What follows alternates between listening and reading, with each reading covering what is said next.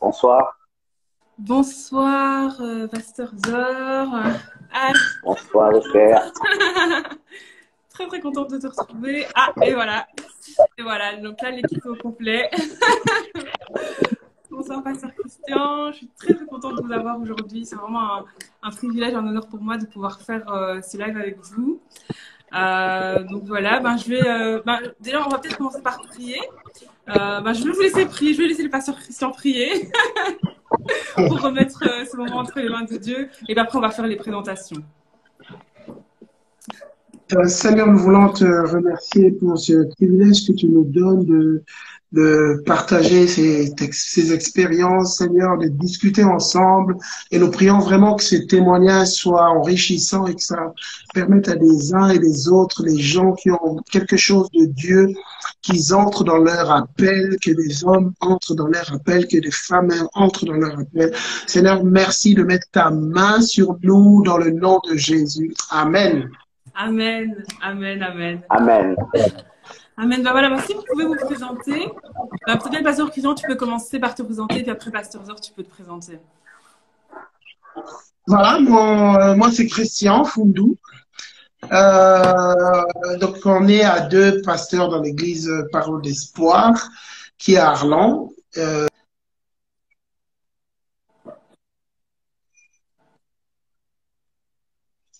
Et père de trois enfants, trois garçons, 9, 6 ans et 6 mois. Et donc voilà. Amen, gloire à Dieu. Mon épouse s'appelle Thérèse, et donc voilà. Amen. Oui, bonsoir à tous. Je suis l'un des pasteurs de l'église Parole d'Espoir, donc Zor Liono. Je suis marié également à Stéphanie et nous avons 2 enfants. Je suis un des 2 pasteurs de l'église Parole d'Espoir.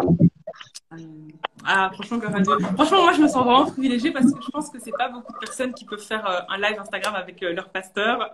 Donc vraiment, voilà, ce que j'aimerais déjà, si on peut commencer, juste si vous pouvez raconter chacun votre témoignage de conversion. Parce que des fois, quand on voit les pasteurs qui prêchent, on oublie que eux aussi, à un moment, ils ont rencontré Christ. Ils ne sont pas nés en train de prêcher. Donc voilà, donc si vous pouvez peut-être raconter juste comment vous avez rencontré Christ, un peu votre parcours vraiment spirituel, voilà. Je vais commencer peut-être. Ok. Alors moi j'avais 17 ans à ce moment-là. Donc j'étais comme un peu le garçon, les adolescents de mon âge. Je vivais avec mes parents. Et il y a une tante, une sœur de ma mère qui est venue vivre avec nous pendant quelques mois. Et elle était chrétienne. Je ne savais pas trop ce que ça voulait dire d'ailleurs être chrétien, parce que tout le monde à ce moment-là était considéré comme chrétien. Mais elle insistait vraiment, pour nous inviter, pour m'inviter dans une église. Je sais que ça se passait les mercredis. Je suis allé parce qu'elle me saoulait à un moment donné et j'avais beaucoup de respect pour elle, mais elle me saoulait à un moment, je suis allé juste pour ça. Alors je suis allé, c'était la première fois de ma vie que j'entre vois ça. Il y avait une salle avec une foule immense, je ne comprenais pas bien et puis au début c'était curieux de voir ces expressions, des gens qui crient à haute voix, c'était un peu étrange. Et puis est venu le moment de la prédication. Le monsieur a commencé à prêcher, je me souviens plus très bien du message. Je me souviens juste qu'à un moment donné, il a commencé à parler d'un garçon qui était là, il a commencé à raconter, il était en train de raconter ma vie. Il était en train de raconter ma vie. Au départ, j'étais assez irrité parce que je me disais certainement, on a dû parler de moi avant. Et puis à un moment, il commençait à dire des choses trop précises que même mes proches ne pouvaient pas savoir. C'était vraiment trop précis et là, ça m'avait scotché. Il y avait des centaines, peut-être des milliers de gens dans cette salle, je ne sais pas. C'était tellement précis qu'à un moment donné, j'étais sûr et certain qu'aucun d'eux ne pouvait être au courant de ça. Et c'était la première fois de ma vie que je répondais à un appel, à faire un appel à la conversion.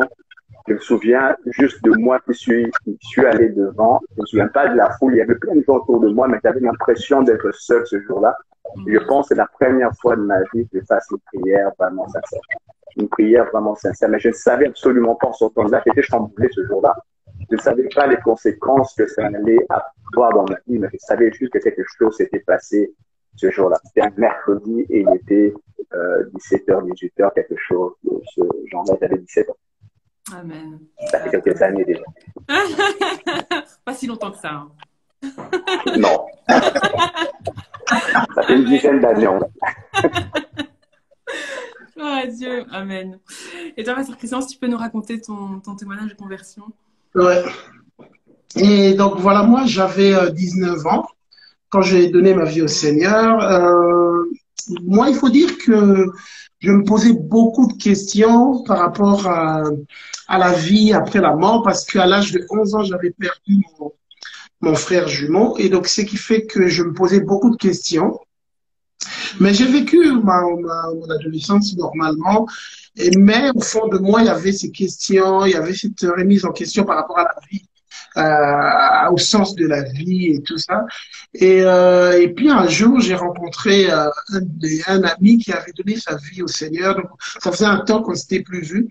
Et lui, donc j'avais changé d'école et quand je suis arrivé dans cette école, et je l'ai rencontré et là, il a commencé à me parler de Dieu, mais il m'a parlé de Dieu comme j'avais jamais entendu parler de cette manière-là. Et du fait qu'on pouvait avoir une relation avec lui, qu'on pouvait vivre quelque chose avec lui. Et moi, on m'avait jamais parlé de Dieu de cette manière avant, parce que j'allais à l'église, un peu comme tout le monde, dans l'église catholique. Et donc, je ne connaissais pas Dieu de cette manière dont il me parlait. Et ça me touchait. Je ne me sentais pas prêt de donner ma vie, mais ça me touchait beaucoup. Et puis un jour, là, je suis en train de sauter, donc vraiment, c'est comme c'est une longue histoire qui a pris plusieurs mois, mais là, je saute. Donc, j'avais fait un accident, et puis après l'accident, j'étais vraiment assez bouleversé par rapport à ça. Et un jour, j'étais chez moi à la maison, je déprimais un peu, je dirais. Et là, j'ai allumé la radio, et c'était en Afrique, au Congo. Et quand j'ai allumé la radio, il y avait une émission qui passait qui s'appelait L'heure du Seigneur. Et là, dans l'émission, ils étaient en train de prêcher l'évangile. Ça m'a fatigué. J'ai éteint la radio. J'ai éteint la radio. Je suis allé, je me suis déplacé. Je suis allé au living, regarder la télé. Et là, c'était les informations. Et dans les informations, ils avaient invité un pasteur. Ce sont des choses qui se passent au Congo. Il avait invité un pasteur on lui a posé des questions et lui, après avoir dit tout ce qu'il devait dire, il serait tout, je me rappelle même plus de tout ce qu'il avait dit, mais à un moment, il se retourne vers l'écran et dit, toi qui m'écoutes, tu dois donner ta vie au Seigneur et tout. Waouh, je me suis dit, c'est pas possible. Et ça m'a vraiment touché et je me suis levé, je suis parti dans ma chambre. Et dans la chambre, je rallume la radio et l'émission que j'avais laissée n'était pas finie. Ils étaient arrivés vers la fin et ils étaient en train de faire l'appel. L'émission était en train de faire l'appel. Et là, j'ai vraiment réalisé que Dieu était en train de me chercher. Et dans ma chambre, je me suis mise à pleurer. Et là, j'ai parlé à Dieu. Et j'ai réalisé dans ma chambre l'amour de Dieu. J'ai vécu quelque chose de manière personnelle que je n'avais jamais vécu ailleurs.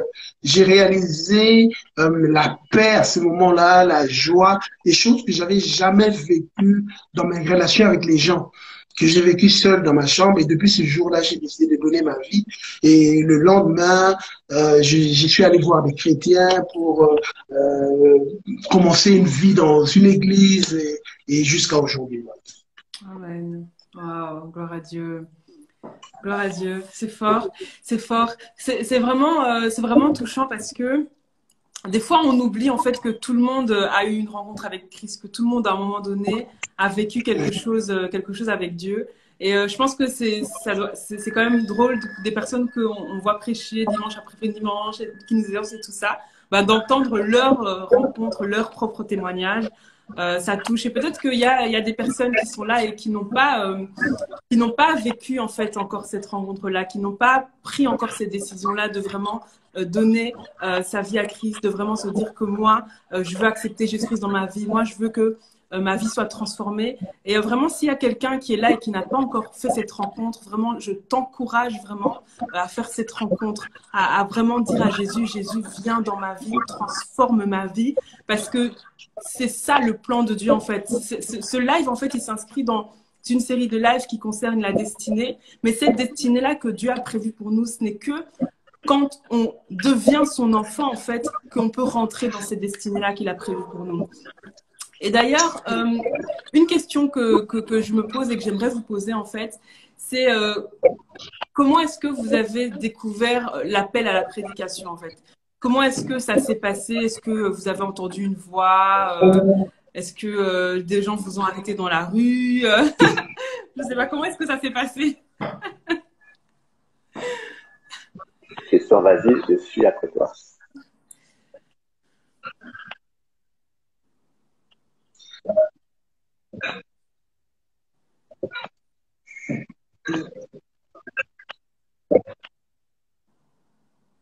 Bah, je vais commencer parce que j'ai une autre question. Donc, Ouais, mon téléphone est bloqué. ouais, la connexion. Oui, vas-y. Alors, moi, je suis assez tôt. Donc, avant qu'il y ait des personnes, moi, je vois plusieurs cailloux dans ma marche, hein, plusieurs petites pierres. Je les suis assez tôt quand je me suis converti. Mais c'était quelque chose d'intérieur d'abord, un appel qui se passait entre Dieu et moi. C'était des choses que je ressentais très fortement en moi, même si personne d'autre ne le voyait à ce moment-là. À ce moment-là, dans ma marche, je n'ai pas joué au prédicateur ni au pasteur, j'étais juste un jeune parmi d'autres. Et j'ai croisé des gens autour de moi, c'était des responsables de l'assemblée que je présentais, que je fréquentais à ce moment-là, qui ont commencé à me dire des choses, Donc là, ça avait un aspect un peu plus public à ce moment-là. Ils commençaient à me solliciter pour diriger un groupe, pour faire quelque chose. Ça me paraissait hors de mes capacités à ce moment-là, même si au fond de moi, je ressentais une conviction. Et puis, il y a eu un moment où j'ai fini mes études secondaires, je devais venir en Belgique. Je me souviens d'un moment précis. Moi, j'étais pas très convaincu que je devais venir ici parce qu'à ce moment-là, il y avait plein de choses qui se passaient dans mon église. J'avais plutôt envie de participer à ça. Et je me souviens de quelque chose que Dieu m'a dit à ce moment-là de façon assez précise, que je devais partir et il me montrait un peu ce que j'allais faire. C'était très imagé, je ne vais pas entrer dans les détails, mais c'est quelque chose, Dieu m'ouvrait un chemin ailleurs et je savais que je devais y aller. Et là, je n'ai plus vraiment résisté, je suis venu ici. Et pendant des années, cette flamme qui était là, vous savez que Dieu m'avait appelé à faire, ça commençait tout doucement à s'éteindre. C'était plus la même flamme qu'il y avait auparavant. Jusqu'en 2002, je me souviens, comme tous les jeunes, un peu, tu es rempli de choses, tu es rempli d'autres projets de vie. Ta vie a commencé à prendre un certain sens, tu as commencé à avoir d'autres centres d'intérêt. Et puis, la passion que j'avais auparavant n'était plus la même. J'étais toujours quelqu'un qui venait à l'église, j'étais toujours quelqu'un qui était très impliqué, qui prêchait de temps en temps, mais pour moi, c'était suffisant. Je voulais faire autre chose. C'était plus la même passion, même si au fond de moi, je le sentais dans mon cœur. Jusqu'en 2002. En 2002, c'était un moment particulier. Je me souviens, c'était un rassemblement de jeunes. Moi, finalement, c'est pas beaucoup de choses qu'il y a plein de gens. C'est assez rigolo. C'était un rassemblement de jeunes à Caen que notre église organisait. Et ce jour-là, ils avaient invité Luc Dumont. Luc Dumont, c'était un prédicateur canadien, un frère qui nous est très proche. Et ce jour-là, donc c'était un bon moment, comme Luc Dumont, toujours enflammé, comme d'habitude. Il prêchait avec passion. Je me souviens de c'était un samedi soir, je crois, c'était un samedi soir. Je me souviens à un moment donné, alors qu'il est en train de prêcher, il fait un appel, les gens se lèvent. Et puis, il revient et commence à faire un appel précis au ministère. Alors, je voudrais vous dire que j'étais enflammé, Dieu, mais c'était vraiment la première fois de ma vie que j'avais une telle lutte au fond de moi. Parce que je savais que si je répondais à cet appel, ma vie allait prendre une autre direction. C'était pour moi aussi important que des années auparavant, quand j'étais dans cette salle et que je luttais et que j'avais donné ma vie au Seigneur. C'était pour moi la même chose. C'était un des appels les plus durs auxquels j'ai pu répondre. Donc, c'était un appel assez précis. Et moi, il y avait plein de gens dans la salle. Christian était là, il y avait d'autres personnes dans la salle. Mais pour moi, c'était comme si j'étais juste face à Dieu. Et pendant longtemps, au début, l'appel a été lancé. J'ai refusé de me lever. J'ai vraiment refusé parce que je savais que ça allait changer le reste de mes plans, le reste de mon agenda pour le futur. J'avais d'autres choses en tête. Il insistait, et puis je me levais pas. J'attendais vraiment, et à un moment, tu pries que ça s'arrête. Mais il insistait encore. Et à un moment, au fond de moi, j'avais une lutte terrible. Et quand je me suis levé ce jour-là, c'était comme un abandon, comme si tu t'abandonnais au plan que tu savais être le plan de Dieu. J'avais cette certitude que c'était Dieu. J'avais cette certitude que parmi les gens qui l'appelaient, que Luc Dumont appelait en insistant autant, c'était moi. Mais je savais aussi que en acceptant cela, ça allait chambouler tout le reste de ma vie. Et après ça, c'était juste une succession d'opportunités qui se sont ouvertes, vraiment, une succession d'opportunités. Des moments où on était déjà en train de servir, on était déjà en train de prêcher de temps en temps dans l'église. Mais à partir de ce moment-là, il y a eu comme une multiplication, une accélération d'événements qui m'a conduit. C'était une pierre à la fois des choses vraiment personnelles. Et puis là, ce jour-là, c'était la première fois où c'était un appel finalement public. Il y avait tout le monde qui était là. Mon pasteur était présent. Tous mes responsables étaient là. Et là, je répondais à un appel. Je me souviens, c'était pas avec une grande joie au départ que je le faisais parce que je savais que ça allait chambouler totalement mon enfant. Amen. C'est vraiment très inspirant. En fait, c'est là que on réalise que on a tous un appel, on a tous une destinée. Dieu a un plan pour chacun d'entre nous, mais Dieu ne va jamais nous forcer au fait. C'est à nous en fait d'accepter en fait. C'est à nous de prendre le choix. C'est à nous quand Dieu est là, il nous dit, bah voilà ce que j'ai pour ta vie. Bah, c'est à nous, en fait, avec le libre arbitre, de dire soit je te suis, soit je ne te suis pas.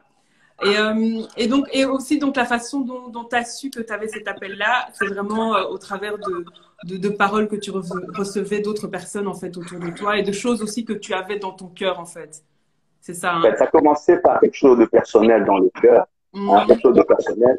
Moi, j'appelle ces moments-là des moments d'éternité. Je crois qu'il y a plein de choix qu'on fait dans la vie qui n'ont pas la même importance. Moi, j'ai répondu à des tas d'appels dans ma vie. J'étais chrétien dans des églises, il y a souvent des appels. Je connais les appels qui ont été des points tournants dans ma vie. On a parlé du jour de la conversion. Et ce jour-là, je savais que c'était un point tournant. Et je savais que quand je répondais à cet appel-là, je savais que les choses allaient totalement changer. Je ne savais pas comment. Je ne savais pas qu'est-ce qui allait prendre place, mais je savais aussi que quelque chose allait changer. Et ça me faisait peur parce que je n'envisageais plus d'aller aussi loin. Je n'envisageais plus d'aller aussi loin. Mais c'était vraiment une lutte. Je me souviens ce jour-là, quand j'ai répondu à l'appel, il y avait d'autres personnes déjà qui étaient là, qui étaient déjà debout, qui avaient répondu spontanément. Moi, ce jour-là, c'était une lutte terrible. Une lutte terrible. J'y allais, mais pas en disant, waouh, Seigneur, tu m'appelles. C'était plutôt, je dois tout changer maintenant. Je ne savais pas quoi encore, mais je savais que quelque chose allait être chamboulé. Ouais, le quelque chose, on en parlera un peu plus tard. Mais merci pour le teaser. Du coup, Pasteur Christian, si tu peux nous raconter pour toi, alors, comment est-ce que tu as découvert cet appel à la prédication et comment Dieu t'a parlé par rapport à ça? Ouais. En fait, il y a beaucoup de similarités avec mon histoire et l'histoire de Pasteur Zor, parce qu'à ce moment-là, Dieu nous avait aussi permis de nous connaître. Alors, je vais rentrer aussi d'abord en arrière.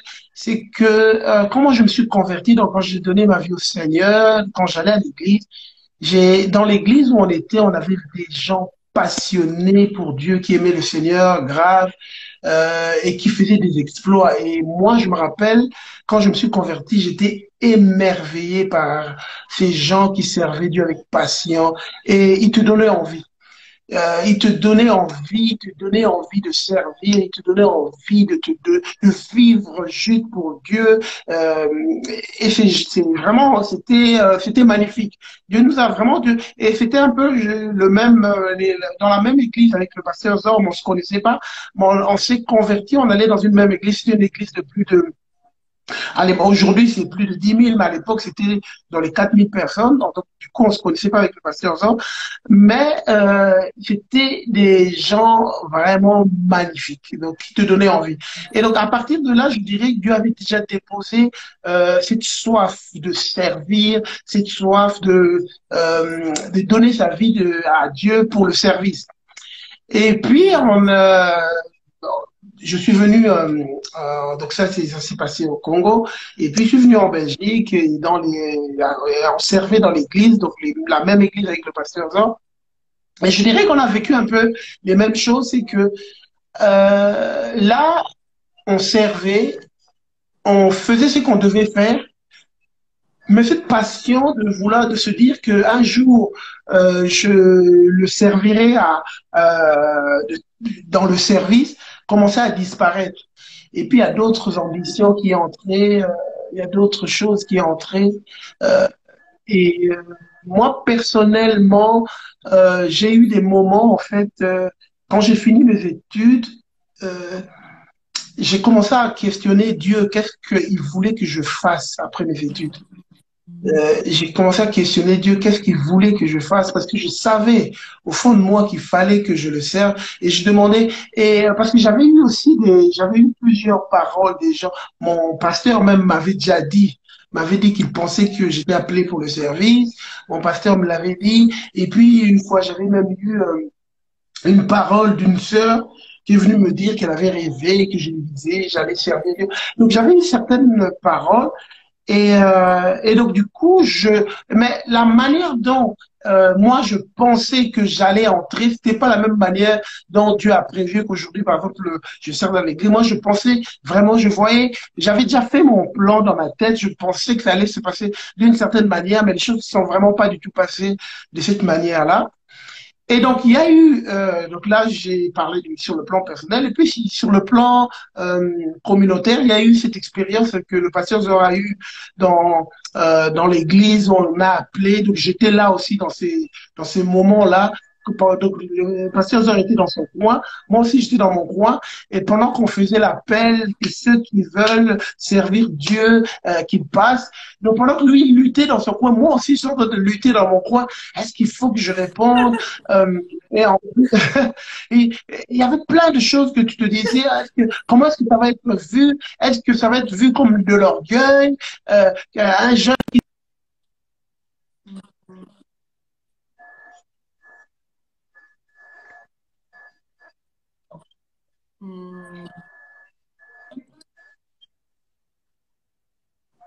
Et donc ça, c'est qui sait que c'est passé en communauté, mais dans ma vie personnelle, j'ai voulu commencer en disant, j'ai cherché maintenant à faire des pas. Parce que si tu te dis, bon, si j'ai été appelé, donc ça veut dire que je dois aller à l'école biblique. Je dois aller à l'école biblique, je dois entrer dans le service. Et puis, donc j'ai fait faire des démarches par rapport à ça. Et je suis parti même dans une ville pour pouvoir le faire. Mais arrivé là-bas, les choses sont vraiment pas du tout passées comme je le pensais. Les portes étaient fermées. Et là, j'étais découragé. J'étais vraiment découragé. Je me suis dit, mais toutes ces paroles, tout ce que j'ai entendu, finalement, c'était quoi, en fait? Finalement, c'était quoi? Et puis là, je me suis un peu, entre guillemets, résigné. Je suis revenu et puis j'ai commencé la vie là où je l'avais laissé. Là où je l'avais laissé. Et Dieu m'a conduit, et puis Dieu m'a nous a conduit ici dans la région. Et puis arrivé dans la région, mais il y avait toujours cette passion pour Dieu. Et puis petit à petit, vous commencez à bâtir des choses. Et puis tout d'un coup, je me suis retrouvé au cœur. Au cœur voilà, de ce à quoi tu sais que tu cherchais, en fait. Et donc là, maintenant, voilà pourquoi même là, cette émission qu'on est en train de faire, donc ça fait partie des choses, en fait. Et donc, et voilà, moi, juste ce que je dirais, c'est que des fois, tu peux avoir tu peux avoir l'appel, tu as reçu l'appel, Dieu t'appelle à le servir, mais le chemin, des fois, c'est un peu comme David. Il a été loin pour moi, mais le chemin par lequel il est passé, c'est pas le chemin le chemin qu'en principe qu'on prend pour devenir roi.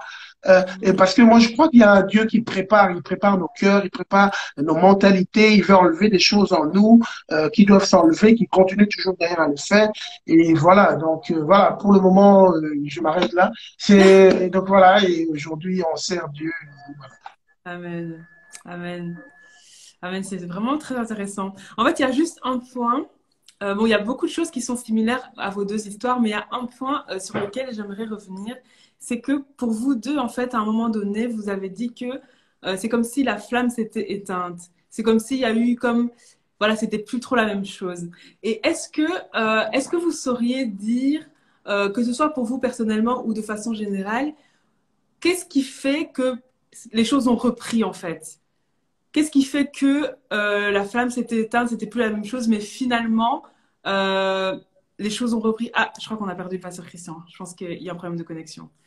Je vais lui refaire une demande. Comme ça, il pourra se reconnecter quand Internet sera OK. Alors, voilà. Mais ben, du coup, est-ce que tu peux répondre à cette question? Je ne sais pas si tu vois ce que je veux dire. Oui, je vois. Et je me demande, je me demande même si est-ce que c'est une question de cœur, est-ce que c'est une question de circonstance, est-ce que c'est une question de décision, est-ce que c'est une question de mentalité? Si tu peux un peu répondre par rapport à ça. Peut-être il y a des personnes Alors, il y a tout ça et je vais peut-être surprendre dans ce que je vais dire. Mais on peut vivre une vie d'église qui finit par éteindre la flamme.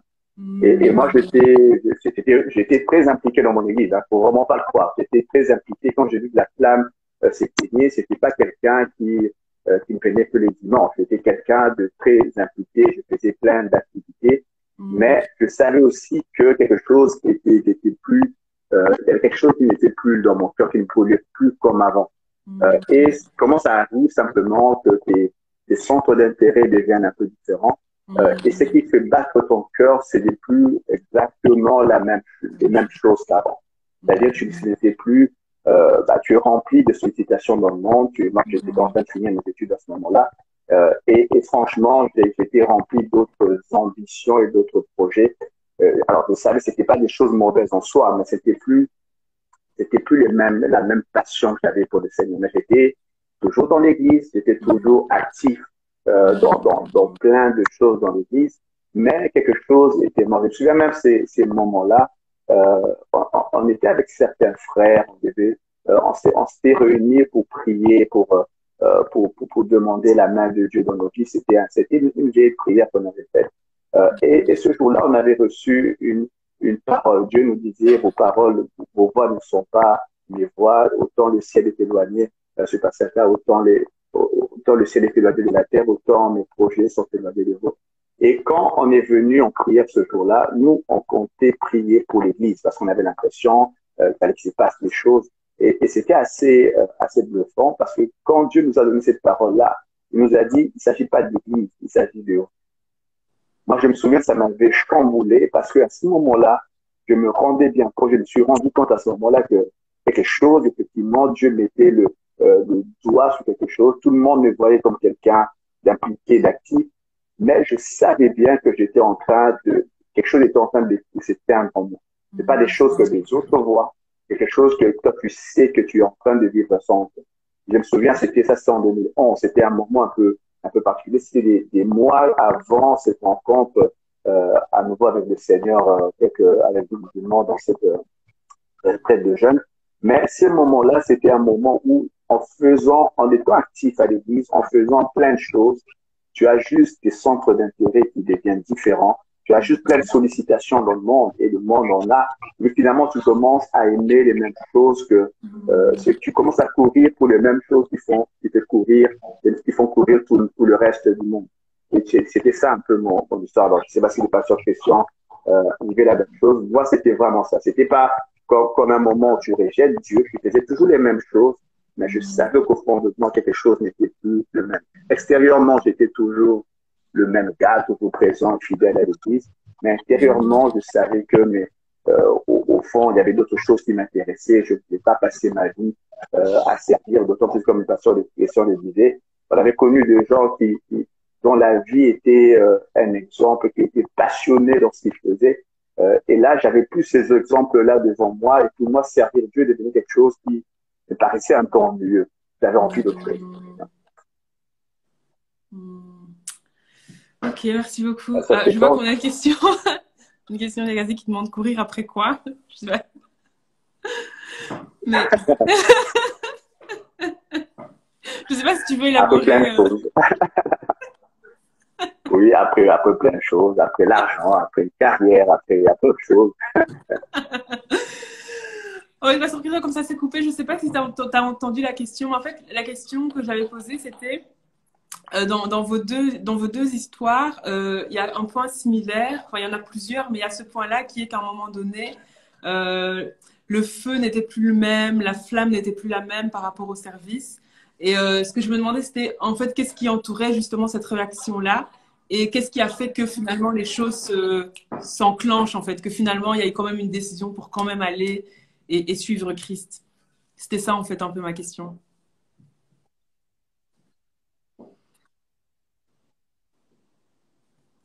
Ah, je pense qu'il y a un problème de connexion. Mon cœur, je ne sais pas si vous m'entendez bien. Ça va? Oui, là maintenant, oui. Oui. Oui.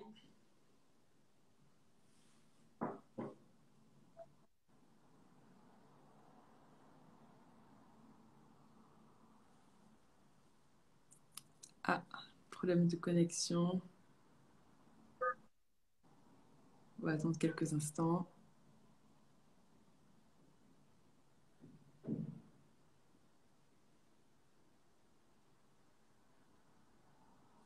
Bon.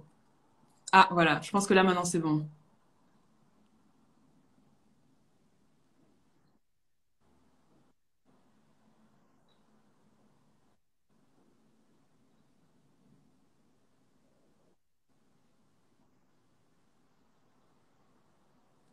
Ah, je sais pas si tu nous entends? Ah, ok. Ok.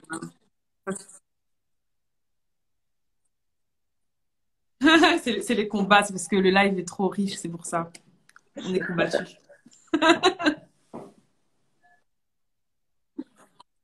Que Oui. euh, il y avait des déceptions en fait intérieures où finalement, quand j'ai dit que j'ai fait le pas en allant dans un pays pour faire des études bibliques et puis finalement les portes se sont fermées et puis finalement tu te dis à quoi bon se battre. Est-ce que finalement Dieu m'avait vraiment appelé? Est-ce que peut-être que c'est pas une erreur de ma part? Est-ce que peut-être que je me suis trompé? Et puis là, tu te dis, bon, ça sert à rien. Peut-être qu'il faut juste que je serve normalement, comme tout le monde. Juste être un simple chrétien qui sert, mais qui ne cherche pas à aller plus loin dans le service, dans le ministère, par exemple, comme devenir pasteur, qui ne cherche pas à aller beaucoup plus, qui sert, oui, qui est dans l'église, oui, mais qui mène sa vie. Voilà. Et c'est à un moment, c'est à ça que je me suis dit, peut-être c'est ça. Mais le fait que quand tu restes attaché à Dieu et que tu es en communion avec Dieu, Dieu te transmet, Dieu va finir de te communiquer son cœur. Donc c'est impossible que tu continues à être en communion avec Dieu et que tu sois loin de la pensée qu'il veut pour toi. C'est impossible. Donc, il va te ramener, il va te ramener. Et donc c'est ça un peu, je dirais, le pasteur Zor et moi, on a continué à être en communion avec celui qui nous a appelés. C'est impossible que tu continues à être en communion avec lui, que tu sois loin de l'appel, si l'appel vient de lui. Donc c'est pour cela, moi je crois que on a fini par revenir à cette passion parce qu'on est resté en communion avec lui, on a, peu importe les déceptions. Et puis moi je pense que Dieu a fini par le fait d'être en communion avec lui, Dieu a guéri les blessures, les déceptions, et puis Dieu a relevé, et puis finalement, en fait, les situations qui étaient négatives deviennent une source de force, d'enrichissement, et donc voilà, c'est un peu.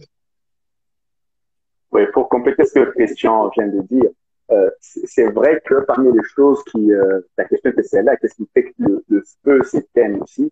Ben, il y a des déceptions de la vie, des déceptions de la vie. Et moi, je dirais, on peut être très fidèle à l'Église, mais perdre le contact avec Dieu parce que ta vie de prière n'est pas, voilà, quelque chose qui se passe dans l'intime. Tu peux être à l'extérieur dans l'Église, faisant plein d'activités, mais tu n'as plus cette communion avec Dieu. Et moi, ces moments-là, c'était des moments où, un peu comme celle-là, comme cela, des moments où ta communion avec Dieu n'était plus vraiment comme avant.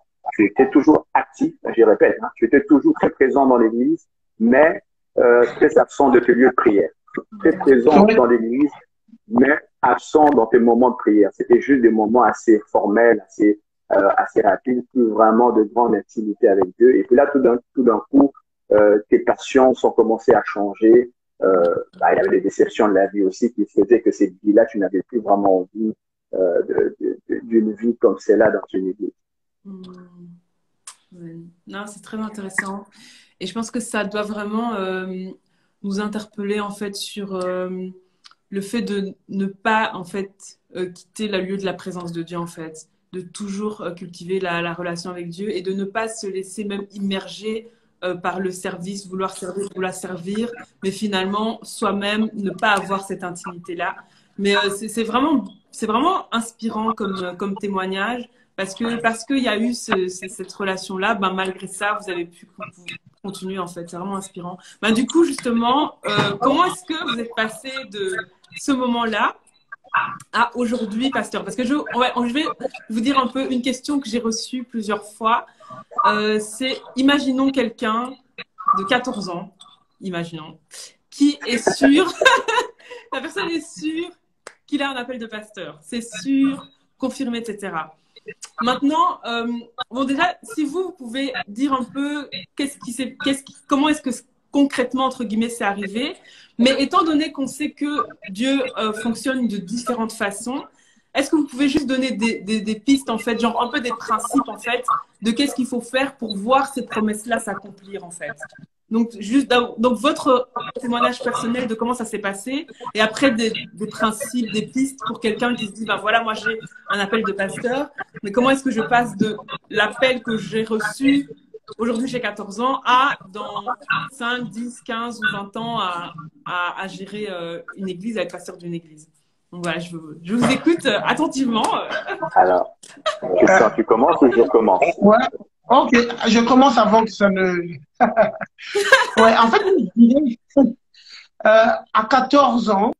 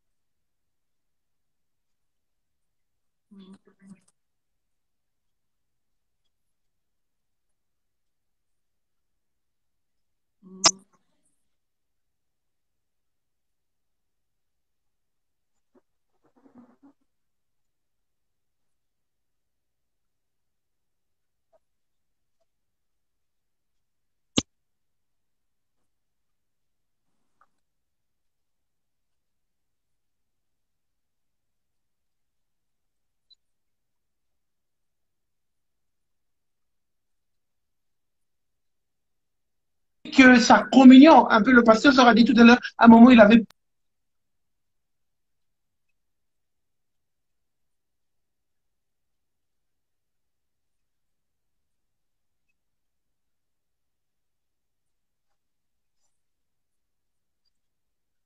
conduit ça, je peux le garantir de tout mon cœur, il arrivera au but où Dieu veut qu'il soit. Ça, je peux vraiment le garantir, c'est vraiment une garantie. Si tu es en communion avec Dieu et que tu sers Dieu, tu seras absolument conduit là où Dieu veut que tu ailles.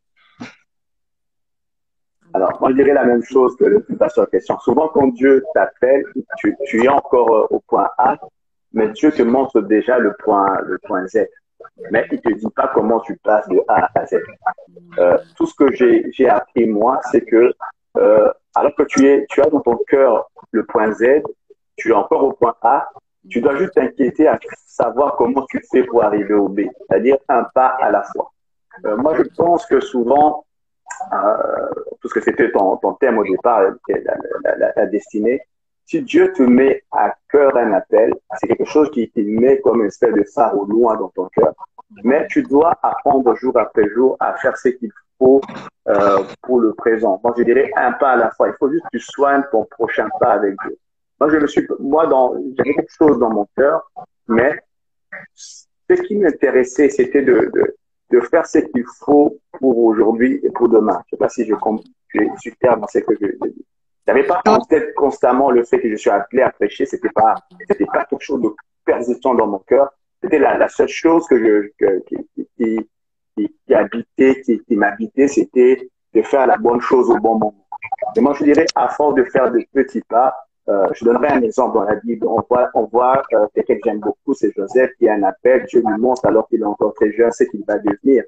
Mais entre le moment où il reçoit l'appel et le moment où ça s'accomplit, il devient vice-roi d'Égypte, il y a tout un chemin. Et le chemin qui était là était fait des moments ordinaires de vie où il devait choisir simplement. Il devait faire des bons choix. Et chacun de ces choix, lorsqu'il résiste à la tentation avec la femme de Potiphar, lorsque il est aigri d'être mal dans ses prisons, au lieu de s'enfermer sur lui-même, il sait se tourner pour aider les autres. À chacun de ces moments-là, il ne savait pas que chacun de ces choix qu'il est en train de faire à ce moment-là était en train de le conduire vers ce qu'il devait devenir. Moi, je crois que l'appel pour ce jeune l'appel qu'il a reçu est un peu de phare au loin que Dieu lui dit ce qu'il va devenir. Mais entre là où il est et là où Dieu veut le conduire, il y a tout un chemin qui est fait de petits pas. De petits pas où, jour après jour, il doit juste s'acquitter de faire le bon choix pour le prochain pas qui vient. Et au fur et à mesure, il verra que Dieu, il va arriver à destination.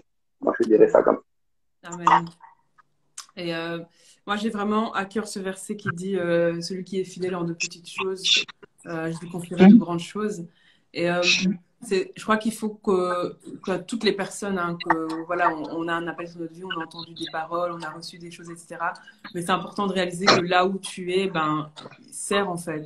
Sers là où tu es en fonction de ce que Dieu te met à cœur. Et petit à petit, le Seigneur va t'emmener dans d'autres choses petit à petit. Mais en fait, je vois des commentaires. Je pense qu'en fait, quand le pasteur Christian, tu as pris la parole, je pense qu'on t'a pas très bien entendu.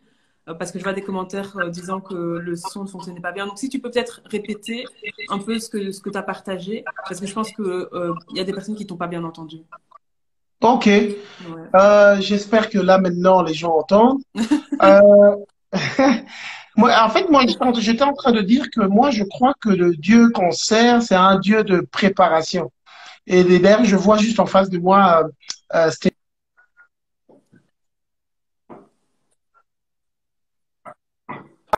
et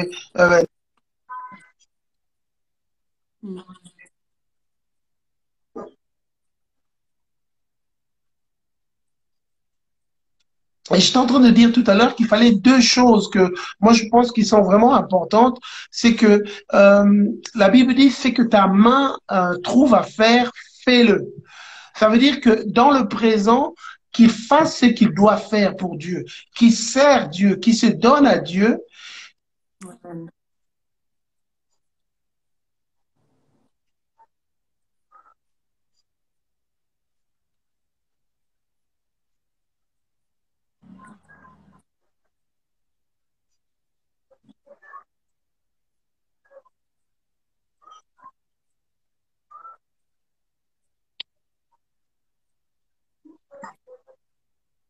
Puis, là où Dieu il arrive. Et quand on regarde dans la Bible, on voit des exemples. Le pasteur a parlé de Joseph, il y a David. Donc vraiment, ces deux choses, s'il là, il sera conduit au bon port. J'espère que tout le monde a entendu. Il y a quelqu'un qui dit on entend mal. Oui, je vais répéter les deux points. En fait, le premier point, c'est que la personne fasse ce qu'elle peut déjà faire là où elle est, à l'endroit où elle est, qu'elle fasse déjà, qu'elle serve déjà. Et le deuxième point, c'est de garder sa communion avec Dieu. Ah, Yagazi n'est pas d'accord. Non, elle a dit on n'entend pas. Elle dit on Ah, ok, n'entend pas. ok. Ah, d'accord, je pensais qu'elle n'était pas d'accord avec les points. Ouais, non, non, non, on n'entend pas. Ok. Ok. Et donc voilà, c'est vraiment ces deux points-là. Et c'est vraiment, c'est des principes en fait. C'est vraiment des principes qu'il faut qu'on comprenne parce que des fois on veut aller trop vite, des fois on veut faire les choses à sa façon, des fois on veut, voilà, soi-même faire les choses, mais ça peut être dangereux. Il y a vraiment ce principe-là où Dieu va voir d'abord est-ce qu'on est fidèle dans les choses qu'il nous confie. Il y a tout ce travail-là au niveau du caractère, il y a tout ce travail-là. Parce qu'en fait, ce qu'on doit réaliser, c'est que c'est bien d'avoir un appel, peu importe quel appel c'est, mais au final, c'est des âmes en fait qui sont de l'autre côté. Au fait, c'est des vies, c'est l'éternité des gens, c'est les destinées des gens. Et il faut quand même un certain caractère, il faut quand même certains traits de personnalité. Il faut être conscient de cette responsabilité-là pour que Dieu puisse nous faire confiance, en fait, avec les âmes qu'il va nous confier. Et donc, des fois, je pense que certaines personnes, des fois, quand ils doivent passer par un temps de préparation, je pense que des fois, certaines personnes sont un peu frustrées ou veulent que les choses aillent vite. Mais on doit réaliser qu'il vaut mieux que ça prenne du temps, qu'on soit bien préparé, qu'on ait des fondations solides, et pour que lorsque on est vraiment sérieusement dans les choses, qu'on porte du fruit qui demeure, plutôt que vouloir aller vite, ne pas avoir des fondations solides, et puis les choses s'écroulent. Et après, quand on se retrouve devant Dieu, on a des comptes à rendre, parce que c'est ça qu'on oublie, au fait. C'est que beaucoup de gens, il y a un peu cette expression des fois où on dit les gens courent après le micro entre guillemets ou courent après les responsabilités, courent après les titres. Mais ce qu'on oublie au fait, c'est que au final, on sera devant Dieu en fait et qu'on aura des comptes à rendre par rapport à la façon dont on a géré, par rapport à la façon dont on s'est comporté. Les âmes en fait, c'est vraiment c'est l'Église de Jésus en fait. C'est le corps de Christ, c'est l'œuvre de Dieu. Et on doit être conscient, il vaut mieux que ça prenne du temps, mais qu'on ait vraiment des fondations solides en fait. C'est vraiment quelque chose que, voilà, peut-être il y a des personnes qui nous suivent et qui se disent, bah voilà, j'ai reçu un appel, j'ai reçu des paroles et demain, j'ai envie de voir ces choses-là s'accomplir. Franchement, il vaut mieux que ça prenne 5 ans, 10 ans, 15 ans, 20 ans, mais que quand tu rentres dans ces choses-là, c'est tellement solide et tu vas de gloire en gloire et tu portes du fruit, plutôt que c'est quelque chose qui se fait vite et puis ça s'écroule. Et après, quand on est devant Dieu, on commence à bégayer. Mais bon, voilà, ça c'est juste mon avis personnel. Comme Christian le disait, il y a un processus quand Dieu appelle. Il y a toujours une préparation et un processus. Si tu négliges le processus, tu négliges la préparation, c'est que tu refuses la prochaine étape que Dieu veut dans ta vie. Ça va toujours de pair. C'est très facile finalement de créer, de former un prédicateur, on va dire. Il y a des écoles bibliques pour ça, tout ça. Mais c'est plus facile, c'est plus difficile de créer, de former un cœur. Et ce que Dieu veut, c'est de former un cœur, d'avoir quelqu'un dont le caractère a été façonné. Et toutes ces années où des fois Dieu te prépare, c'est pas simplement des années où tu as acquis une habilité pour prêcher. C'est aussi ça, tu as acquis une habilité pour prêcher, tout ça, c'est vrai. Mais c'est aussi des moments où Dieu t'apprend à former ton cœur. Des moments où tu apprends à te relever quand tu es déçu, des moments où tu apprends à tenir bon quand tu es frustré, des moments où tu apprends quand tout le monde ne t'apprécie pas à prêcher quand même la même chose. Ce sont des choses que Dieu forme et ça, il n'y a pas de raccourci pour ça. Il n'y a pas de raccourci pour ces moments-là, il n'y a pas de petits chemins pour aller plus vite. Un prédicateur se forme facilement, on va dire finalement. Prêcher, c'est assez facile, moi je dis. Mais former un cœur, ça prend du temps. Ça prend du temps. Amen. Amen. Mais du coup, est-ce que vous pouvez expliquer concrètement, dans les grandes lignes, comment est-ce que tout d'un coup vous êtes retrouvé pasteur de l'église qui se trouve à Arlon, rue de Viville, numéro 15? Alors, vas-y maintenant, ta caméra fonctionne. Ok. Mais en fait, quand on était à Liège, on rêvait d'une église. Donc, ça faisait partie d'un rêve. Le rêve, d'ailleurs, on n'y est pas encore. Hein. On n'y est pas encore. Donc, on rêvait d'une forme d'église. Donc, on a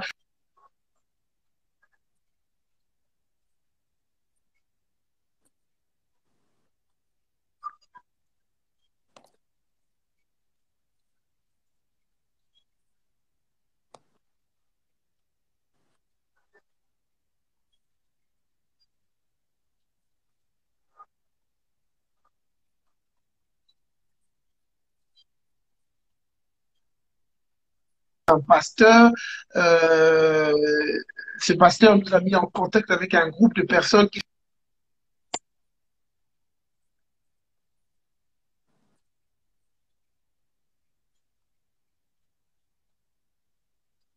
Ouais. Il y a un problème. Oui, moi j'entends, ça coupe un peu, mais moi Moi, je t'entends j'entends. aussi. Mais j'ai ouais. l'impression que... Ah ouais, je pense que non, les gens n'entendent plus, je pense. Je Oh pense que là les gens là ne là. t'entendent pas. Bah, moi, je vais reprendre. Je connais cette Oui, vas-y. histoire-là. Je vais pas. Donc, moi, je reviendrai un tout petit peu en arrière. Donc, après cet appel avec les musulmans, il y a eu un moment où on est revenu juste devant Dieu. Et comme je le dis, il y a eu plusieurs opportunités qui se sont ouvertes. Il fallait être vraiment un moment de plein d'opportunités. Et on a rencontré un pasteur qui est devenu pour nous comme un mentor. C'était Blair Bonin, un pasteur américain qui travaillait au milieu des universités. Et il créait des groupes dans les universités pour évangéliser au niveau des universités. Et après cet appel-là, quelques mois après, on a rencontré Blair Bonin et il essayait d'installer un groupe SFC, Student for Christ, à l'université de Liège. Il n'arrivait pas à le faire. Et on a été un groupe de frères, donc Christian qui était là et certains autres frères. Il nous a appelés, on l'avait contacté, c'est nous qui l'avons contacté. Et cette rencontre-là a donné une nouvelle dimension, moi, je dirais, à notre ministère. Et moi, je crois d'ailleurs que quand Dieu t'appelle, sur le chemin de ta destinée, Dieu va mettre des rencontres. Il va te mettre des rencontres qui vont t'apporter quelque chose que tu n'avais pas, qui vont te faire gagner du temps. Je me souviens de la formation nous avait donnée à l'époque. C'était une formation dont nous appliquons encore actuellement les principes. Alors, ces moments-là, c'était un groupe de jeunes qui n'existait pas, qui devait être créé pendant tout un temps. Il nous a formés, il nous a montré certaines choses. Et on a commencé à travailler avec lui et rapidement, on a commencé à voir les résultats. C'était extraordinaire. Il y a eu des conversions, il y a eu des choses extraordinaires qu'on n'avait jamais vues auparavant, qu'on ne voyait pas. On ne savait pas qu'on pouvait servir à cette dimension-là. Et c'était pour nous une façon de commencer simplement à encadrer des jeunes, de nouveaux qui venaient au Seigneur, certains qui sont encore dans l'église, qui servent encore actuellement, c'est des gens qui ont été gagnés à ce moment-là. Et juste après, pour des raisons professionnelles, on a dû quitter Liège et que notre temps à SFC était fini aussi.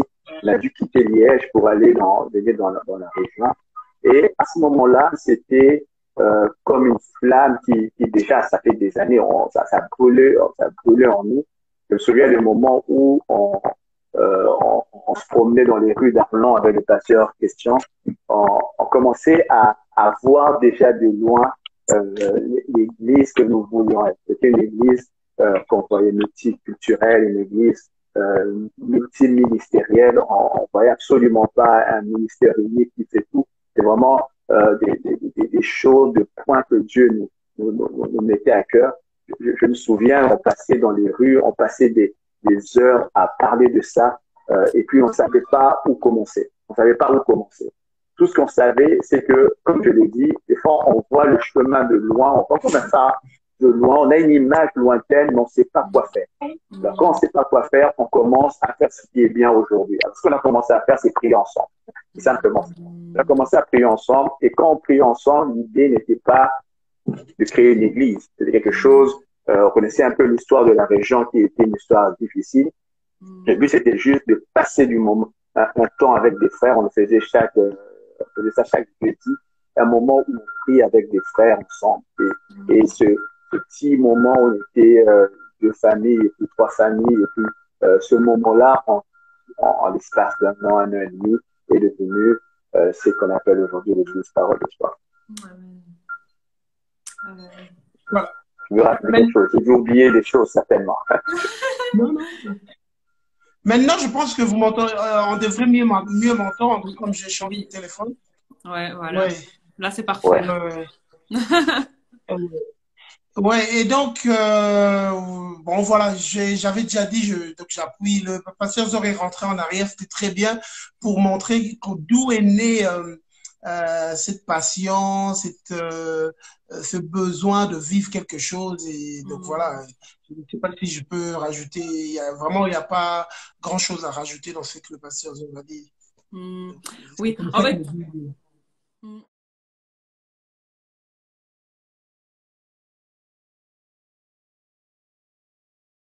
Nous continuerons à le chanter.